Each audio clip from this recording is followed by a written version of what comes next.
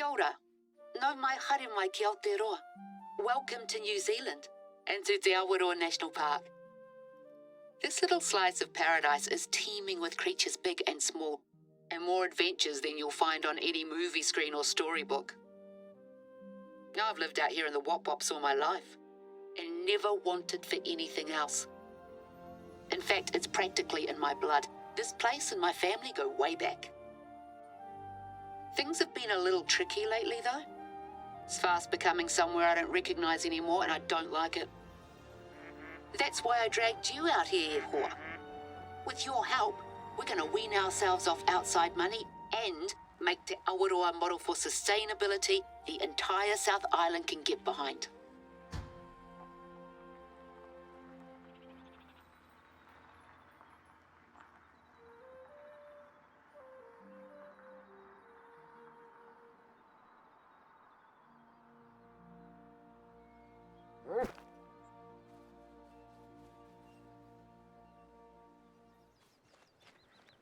Right, let's get moving. Glad to see you've arrived in one piece. Josh is my nephew. He just got his license, and I swear that kid spends more time with his hands on the radio dials than on the steering wheel. I hope he didn't talk your ear off. I've had to rely on him a lot lately since my legs started acting up again. I was planning to head out and meet you today, but here I am at home, propped up on 5 kinds of pillows. Doctor's orders. Anyway, that's enough chit-chat from me. Head over to the outpost marked on your hunter, mate, and let's get you started.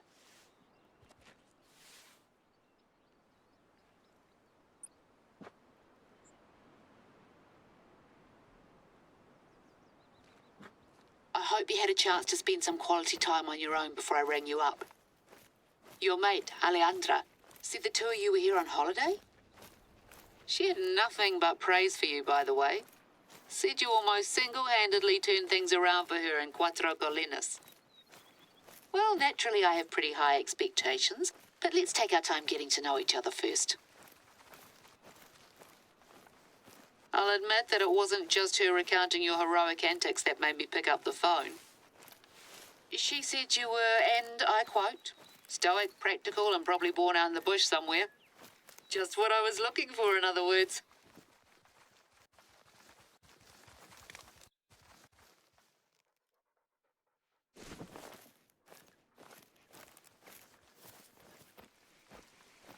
Not far now. We built these outposts in the early 90s. They got the works, repurposed materials, solar roofs, rainwater tanks. That was back when people used to just call you a hippie. Now everything's sustainable, clean, green, eco-friendly. Hippies? Ha! Try trailblazers. And good for the environment doesn't have to mean bad for your back.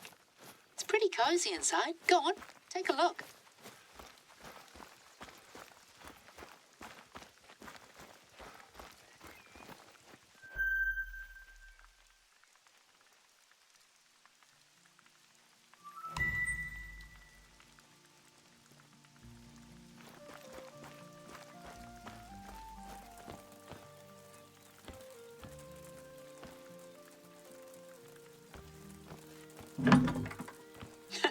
See, we got company. That'll be Josh's doing, the brat. I told him to leave things be, but I guess he couldn't resist. Anyway, maybe it's just as well you get used to it. I'll fill you in later. Right, mate? See that camera on the table? Strap it to your chest and let me explain what exactly you're here for. There's a lookout tower not far away, so you can head up there and get a sense of the place while I flap my gums.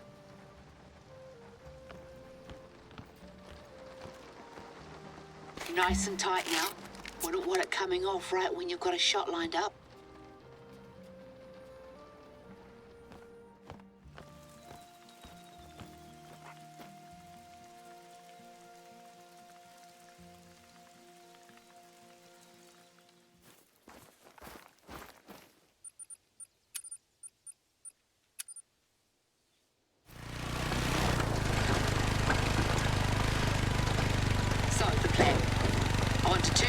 Into a year-round retreat for hunters like you and Alejandra.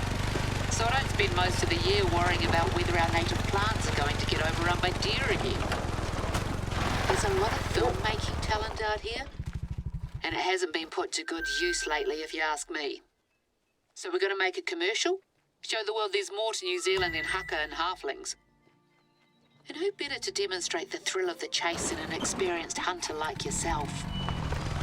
The Awaroa's pride was back in the 80s. Most of the other hunters out here are equally long of tooth. You need someone young, new, dynamic.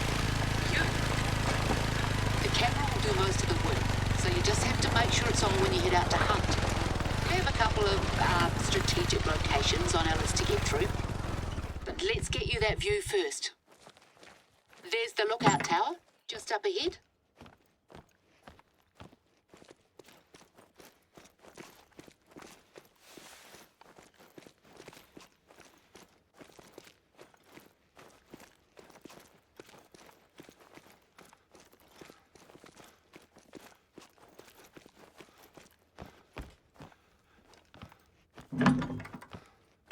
Just take that in.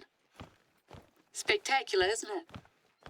This eastern area is all rolling hills and conifers. There's a line of mountains in the centre of the reserve. Oh, and native beech forest.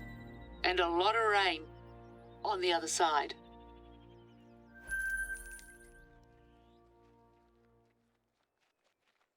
Right, so remember Josh's little prank? This place doesn't receive a lot of government funding, unfortunately, and a couple of years ago we were running out of money for field research, and the outposts were in need of sprucing up. So I guess you could say we made a deal with the devil, the Hollywood devil to be exact. Long story short, they've just wrapped up filming for the final movie they were contracted to do. Some fantasy thing, shiny blade or shimmering dagger or something. Now let me check. Resplendent sword. I'll send you the blurb they gave me. My nephew tells me it's a big deal, but I'd certainly never heard of it before this. But yeah, as nice as it is that Te Awaroa's beauty is up on the silver screen for all to see, it's come with its share of problems, to say the least. The bigwigs left in a hurry, and we got left with a bunch of basically intact movie sets scattered here and there all over the reserve.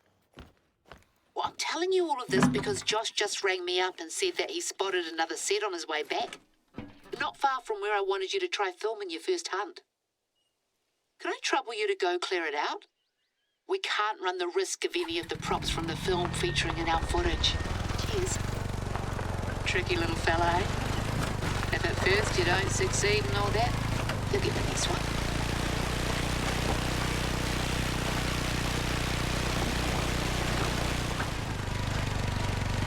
Feels like only yesterday Josh dropped you off. You've gotten the hang of the place awfully quick, I must say.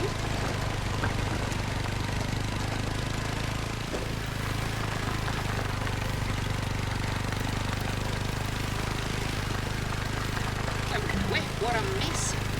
If I'd known this was going to happen, I never would have agreed to it. This isn't even the worst of it. Right, let's take it one by one. Just bundle them into crates and I'll get someone to swing by later and transport them out of the reserve.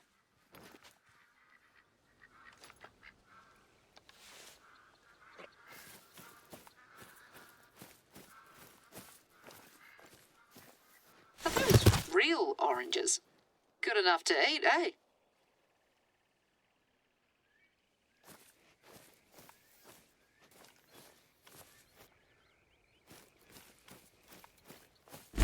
Medieval fear. Looks more than a bit incongruous out here if you ask me.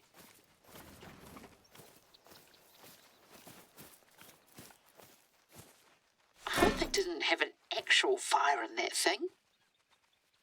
Imagine if some silly townie kid had wandered over here and decided it would be a good idea.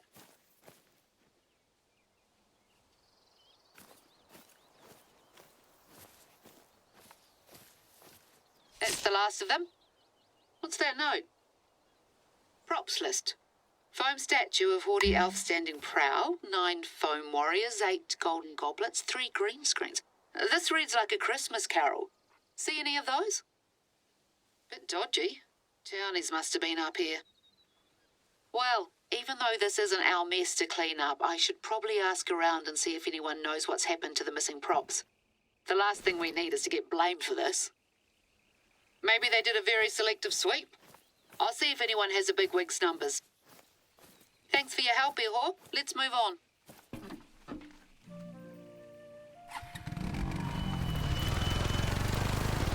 Before you head off and film your hunts, first we've got to set the scene, so to speak. The marketing team's looking for some photos for the reserve website, something to give people a taste of what this place has to offer. Now that we've dealt with that bloody mess, you think you could head over to Lake Wakaiti and snap a few shots for us? There's a willow tree there growing right out of the water that all the influencers or whatever they call themselves go bonkers for. It does make for a good photo op, I'll give it that.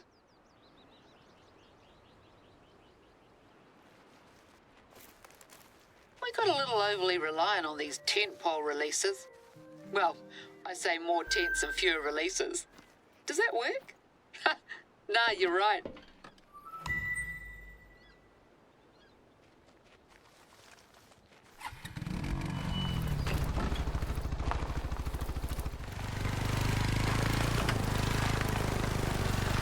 This is one of the hunting spots my mentor used to take me out to. Bound to be something worth stalking in the area.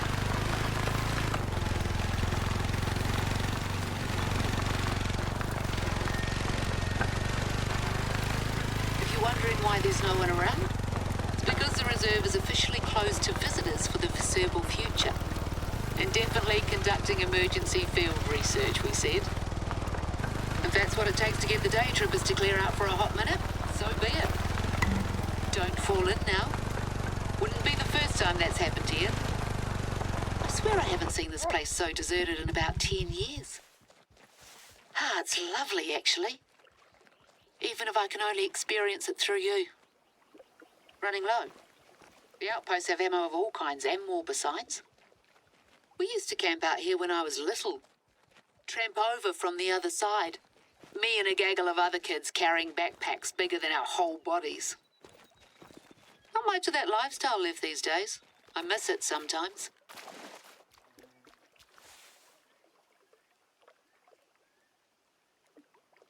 That'll do. It's looking well. We had some hoon try to saw off one of the branches a few weeks ago. Can you believe? But luckily someone managed to talk him out of it. Sometimes wedding parties will have the brides come up and sit on it. Wade right into the water and soak those dear dresses. That tree is 80 years old. Started off as a stray branch nailed to a fence. It's a tribute to tenacity, if you ask me. Right, now for our next destination. Head down to the shoreline. There's a set of huge boulders there that have to be seen to be believed. I know what you're thinking. She's showing me some rocks. But trust me on this one.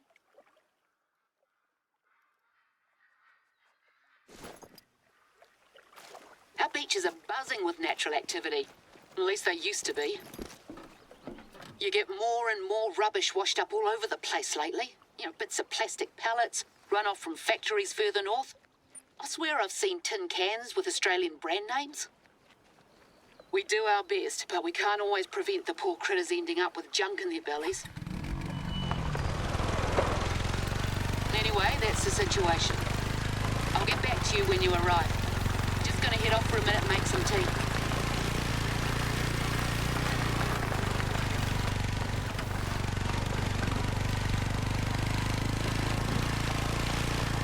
That's better.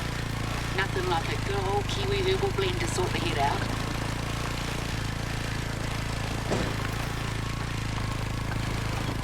Oh, well, look at this. Couldn't help themselves, could they? One last hurrah before we shut the place down. This really can't wait, mate. There's a little blue penguin population nesting not far from here, and they'll gladly take this for food. Okay, that looks manageable. Let's clean this up and take the photo. Then we can talk hunting again.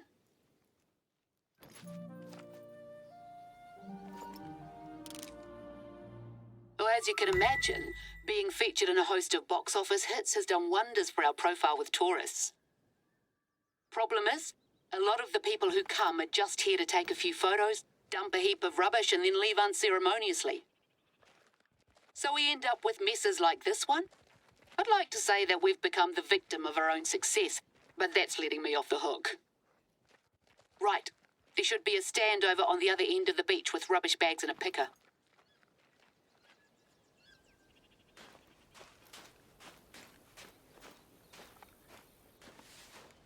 We went to all the trouble of installing these and they still couldn't be bothered. These kids would have nightmares if you showed them some of what I've seen out here. Birds with stomachs so full of plastic they can't eat. You can leave them over by the stand. South Island University. I knew it. Way too many people around here who have never respected this place. Looks like they had quite the little feast. There, spick and span. You made quick work of it. That's a perfectly usable tent. No sense wasting it. Anyway, I've had enough of this. And we need to ensure that we're attracting the right kinds of tourists, not just day trippers from Christchurch out on their school holidays. It's okay for people to come here and leave no trace, but it'd be better if we could rely on them to help us with our conservation goals. So hunters seem like the natural target audience. Our deer and goat populations need constant culling. And you better believe I've more faith in people who love the wilderness to respect the place than kids up to no good. At the risk of sounding like an old fusspot. Speaking of, let's do what we came to do and grab that photo.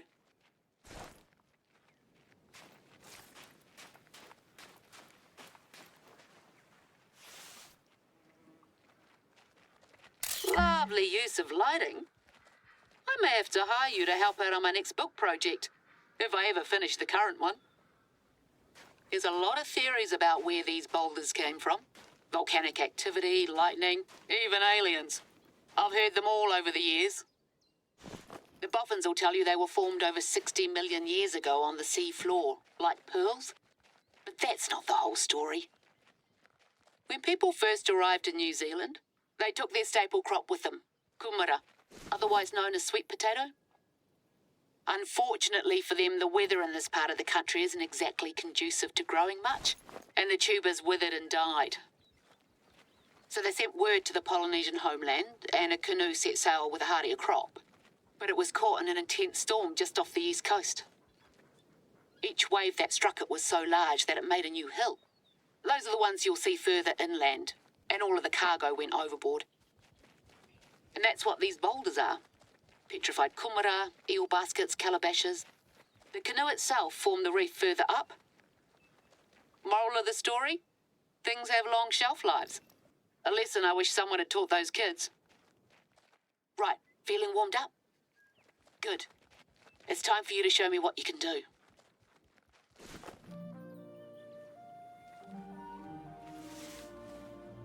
Camera on? Then you should have everything you need. I got Josh to set it up. He told me to tell you that it's state-of-the-art, equipped with Wi-Fi, so any footage you grab is automatically uploaded to our server. I'm not entirely sure what that means, but I guess I'll be able to see it on here? No pressure then. There's good hunting in the whole of this area, from up around where you cleared out the props earlier to closer to the beach. Take your pick. But just one thing, we want it to show up nice on camera, so no minnows. Try for something at least 30 kg. The larger the better. Should be no problem for a hotshot like you. No word back from our friends in Hollywood regarding the props, by the way. My guess is that some townie thought it'd be a hoot to grab them for their crib. But I'm not keen on the idea of someone wandering around when we're supposed to be closed to visitors. Anyway, nothing you need to worry about right now. Just focus on those killer shots.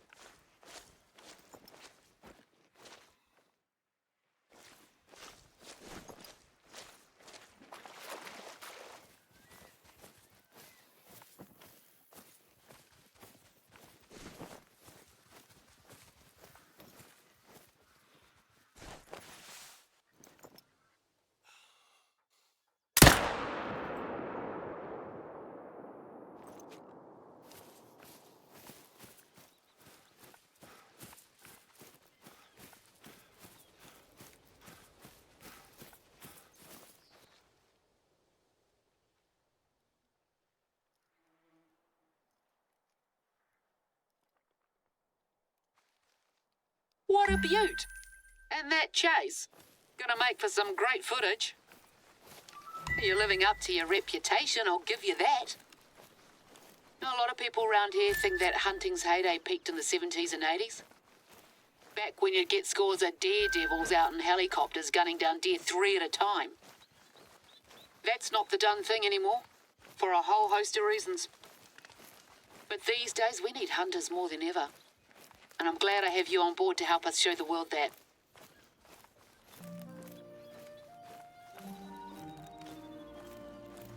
You've got a fan here, Hoa. Josh gave me a hand posting some footage from your hunt to the reserve chat group, and it caught the eye of our resident sharpshooter, Melanie Murphy. Melanie's the one who taught me to hunt. She's retired now, but back in the day she worked out on those helicopters with the best, or worst of them. Tough as nails and with a sharp tongue to boot. We had a bit of a falling out 25 years ago. One of the choppers came down with us in it. That's how I injured my leg. I won't go into it, but we should never have taken off that day, and Melanie knew it. Well, these days we're cordial to each other, but not much else. Anyway, my mum always told me to let bygones be bygones and all that. Melanie's a better hunter than I'll ever be, advanced age notwithstanding. So I'll do my best to pass on whatever I've learnt from her gratis. You're welcome. Right, back on track. Sorry to ask again, but I need you to do me a favour. No, it's not more cleaning up, don't worry. Head to the outpost I've marked on your hunter mate and I'll explain on the way.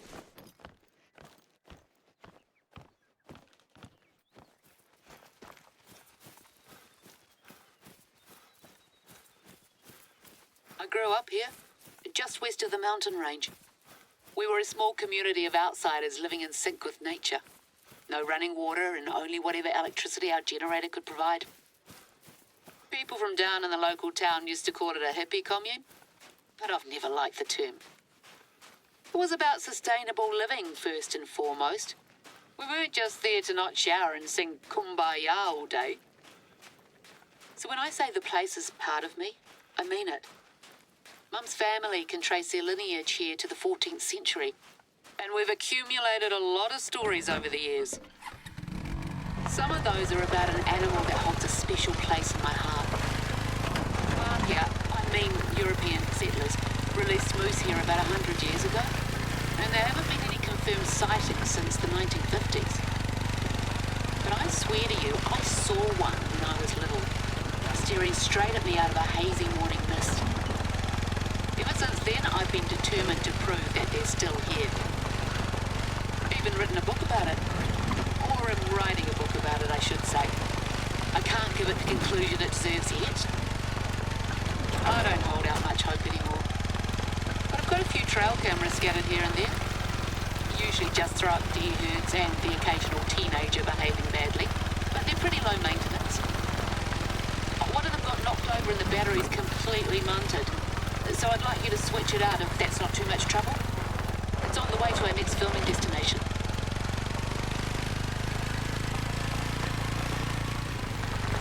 Head to the outpost. There should be a battery pack on the table.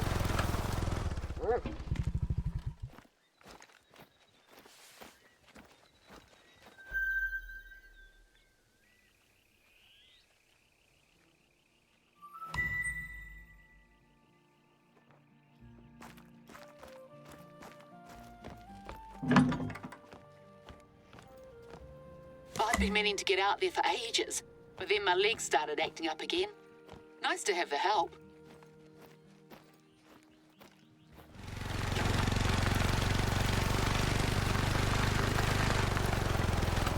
It's the camera turned toward the river.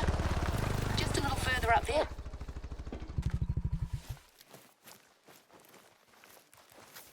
Cheers. That should keep it going for another few years. Can you check the other cameras while you're here?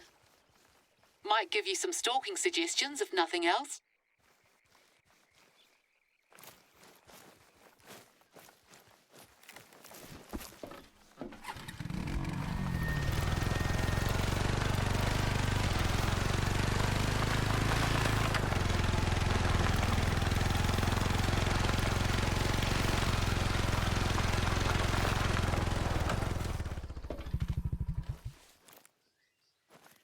And when something shows up on these, 9 times out of 10, it's a stray deer.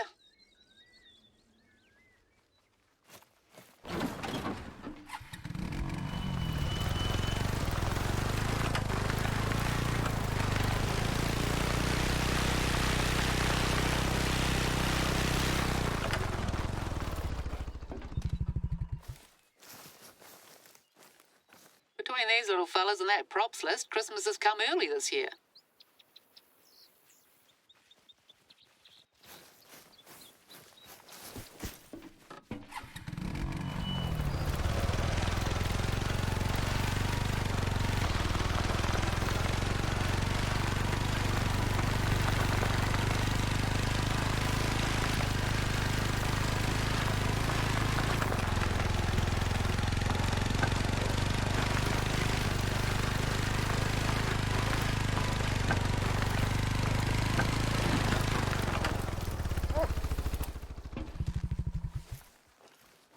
There's our missing props. But who?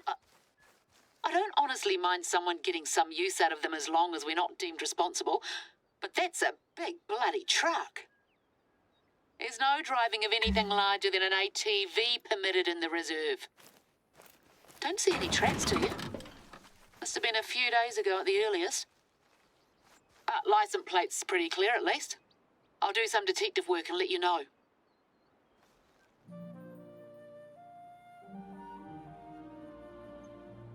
I don't suppose you packed any swimming togs, eh? Well, not to worry. Getting to our next destination involves a bit of spelunking, but a flashlight and some waterproof boots should be all you need. Head to the cave I've marked on your hunter, mate. Unless you'd rather climb over those mountains. No? Didn't think so.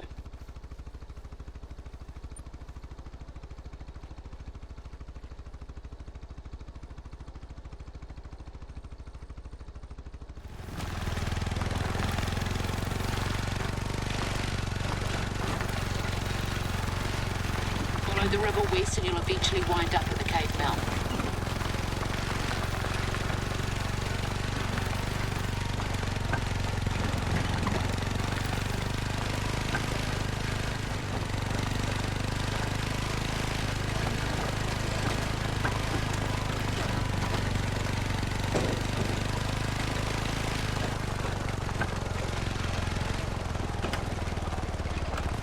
The water's low right now, but it can still catch you by surprise. Stick to the walls and get that flashlight on. Easy does it.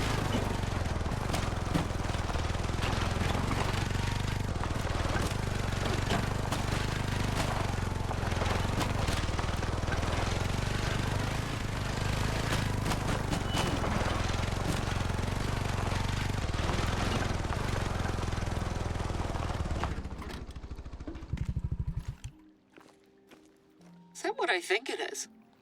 Not sure if I should be horrified or impressed. Don't bother picking it up. I'll send someone with the proper equipment over later on.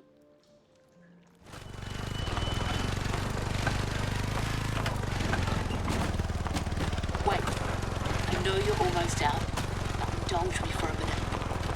Take a look on your right. A little further ahead.